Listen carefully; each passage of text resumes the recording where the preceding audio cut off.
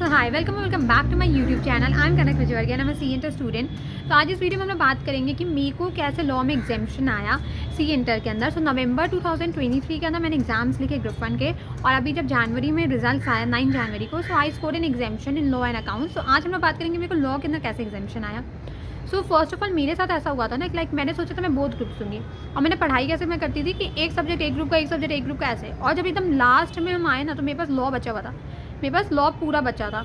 अब मेरे पास इतना टाइम भी नहीं था कि हम पूरा फास्ट ट्रैक लेक्चर्स को देख सके, इतना भी टाइम नहीं था मेरे पास कि हम फास्ट ट्रैक को देख सके। So what did I did, मैंने क्या किया, मैंने फास्ट ट्रैक लिया था शुभम सिंघल सर से। तो उनका बुक्स जो आया ना वो मेरे को बहुत सही लगा, उनका बुक्स बहुत बहुत ज़्यादा अच्छा लगा मेरे को।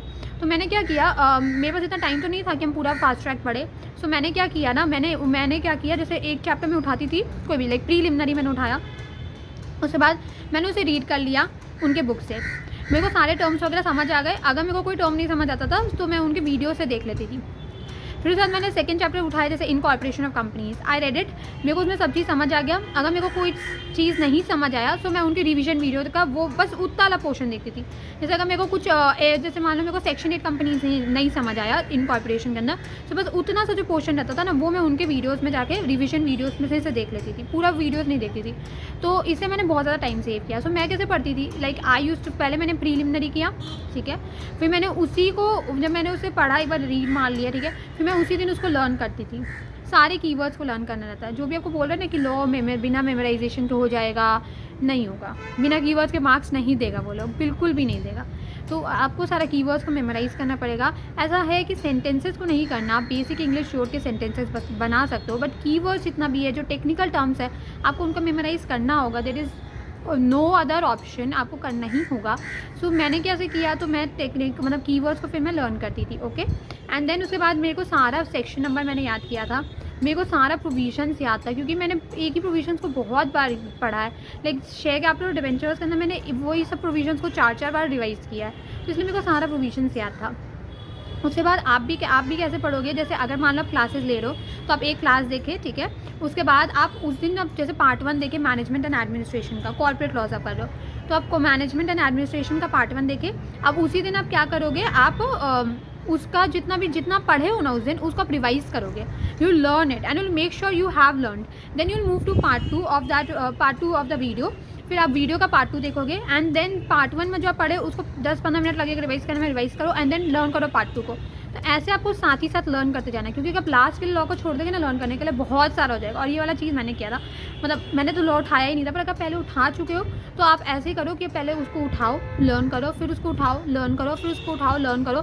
So move like this. एक दिन में अगर आप इतना मतलब फिर कम रह जाता है ना लर्न करने के लिए, ना एक दिन में सब चीज़ करने में बैठोगे और हर दिन थोड़ा थोड़ा करोगे तो कम हो जाता है। तो अगर आप हर दिन थोड़ा थोड़ा करके करोगे, स्मूथली हो जाएगा सब चीज़, आपको स्ट्रेस नहीं आएगा। और सबसे बेसिक ये मतलब सबसे इंपॉर्टेंट ये होता है कि आप बिना स्ट्रेस के पढ़ सको, खुशी पढ़ सको। तो उसके लिए यही है कि अगर आप एक लेक्चर देख रहे हो, ऐसे लेक्चर्स के पीछे मत मांगो कि एक दिन में को 3-4 लेक्चर्स देखना है और फिर आप उसको रिवाइज़ नहीं करो।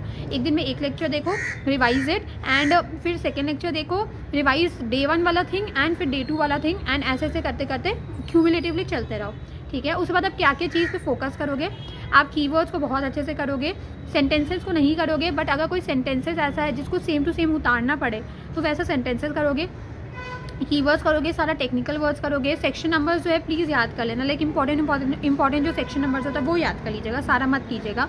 उसके बाद मेरे ख्याल से आपको सबसे पहले कॉर्पोरेट लॉज करना चाहिए, and then you should move to other laws. क्योंकि कॉर्पोरेट लॉज अगर आप कर लेते हो तो एक आपका रहता है कि हाँ 60% मार्क्स मेरे फेवर में है, and then you should move to other laws. Other laws ऐसे भी ईजी है, कंपेरेटिवली कम टाइम लगेगा आपको करने के अंदर। मैंने भी ऐसे किया था, first I did full corporate law and then I move to other laws. तो आप भी वैसे ही कीजिएगा, ठीक है।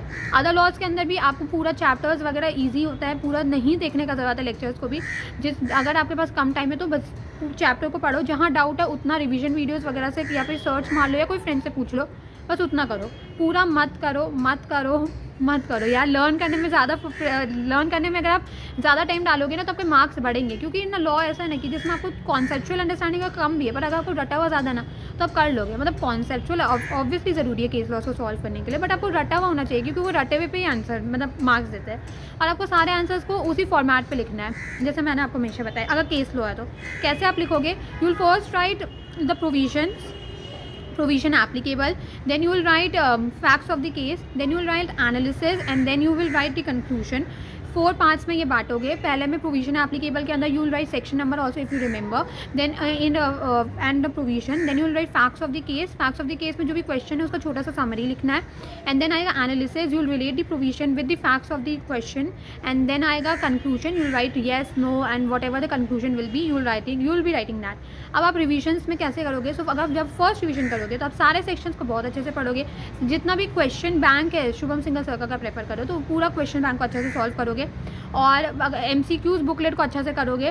सो ये फर्स्ट डिवीजन में आपको सब चीज़ एकदम घुस के एकदम अच्छा से करना है. ठीक है, अच्छे से 7-8 दिन लो, आराम से करो. ठीक है, उससे जब आप सेकंड रिवीजन करोगे तो आप क्या करोगे? प्रोविजन्स वगैरह तो आप सारा रिवाइज करोगे, बट क्वेश्चन बैंक के अंदर आप क्या करोगे? जो भी हार्ड क्वेश्चन जो फर्स्ट डिवीजन में मार्क किए हो ना, बस उनको रिवाइज करोगे. ठीक है, सारा क्वेश्चन को करने का जरूरत नहीं है. सो जो हार्ड क्वेश्चन है आप उनको रिवाइज करोगे. देन और MCQs के अंदर भी सेम, सारे MCQs नहीं करोगे, जो भी आप मार्क करके रखोगे सिर्फ वो MCQs करोगे. Now will moving to third revision. जब आप करोगे तो सेकेंड डिवीजन के अंदर आपको, अगर आप फर्स्ट डिवीजन के अंदर 8 दिन ले रहे हो तो सेकेंड डिवीजन के अंदर आपको 6 दिन लगना चाहिए. ठीक है, जब आप थर्ड डिवीजन करोगे तो आप सारा प्रोविजन्स वगैरह को अच्छा से रिकॉल करोगे, सब चीज़ अच्छा से करोगे. ठीक है, और आप ना जो अब आप सेकेंड डिवीजन से जो क्वेश्चन आए ना मार्क्ड, जो सेकंड डिवीजन में भी जो क्वेश्चन ऐसे होंगे जो आपसे नहीं बन रहे होंगे, आपको बहुत ट्रिकी लग रहे होंगे, जो फर्स्ट डिवीजन में भी नहीं हुआ, सेकंड डिवीजन में भी नहीं हुआ, जो बहुत ट्रिकी आपको लगता है एग्जाम में नहीं होंगे, वो सारे क्वेश्चन आएंगे थर्ड डिवीजन में. ठीक है, आप थर्ड डिवीजन को करने का कोशिश करोगे 4 डेज़ में या 3 डेज़ में, 4 to 3 डेज़ के अंदर. ओके, सो इस तरह से आपका 3 रिविजन हो जाएगा. अगर आप 4th रिविजन प्लान करोगे तो आप सब चीज़ का मत करना, क्योंकि फिर टाइम का कॉन्स्टेंट हो जाता है. आप सिर्फ वो सेक्शंस का करना जो सबसे ज़्यादा इंपॉर्टेंट सेक्शंस है 4th रिविजन के अंदर. आप सिर्फ वो सेक्शंस करना जो बहुत इंपॉर्टेंट सेक्शंस है. सारे सेक्शंस को फिर भी मत रिवाइज करना, पर अगर आपके पास ज़्यादा टाइम है तो आप 4th डिवीजन के अंदर भी सारे सेक्शन से रिवाइज कर सकते हैं. और क्वेश्चन बैंक में जो थर्ड डिवीजन में जो क्वेश्चन बचे हैं उनको कर सकते हैं. एंड MCQs में भी सेम होगा. फर्स्ट डिवीजन में अंदर सारा क्वेश्चन सॉल्व करोगे, फिर उसमें कुछ हार्ड क्वेश्चन है उसको टिक कर लोगे, स्टार बना लोगे, जो भी कर लोगे. सेकंड डिवीजन के अंदर उन क्वेश्चंस को बस करोगे, उसके अंदर भी जो आपको हार्ड लग रहा है, ट्रिकी लग रहा है, अभी भी नहीं हो रहा, उसको करोगे.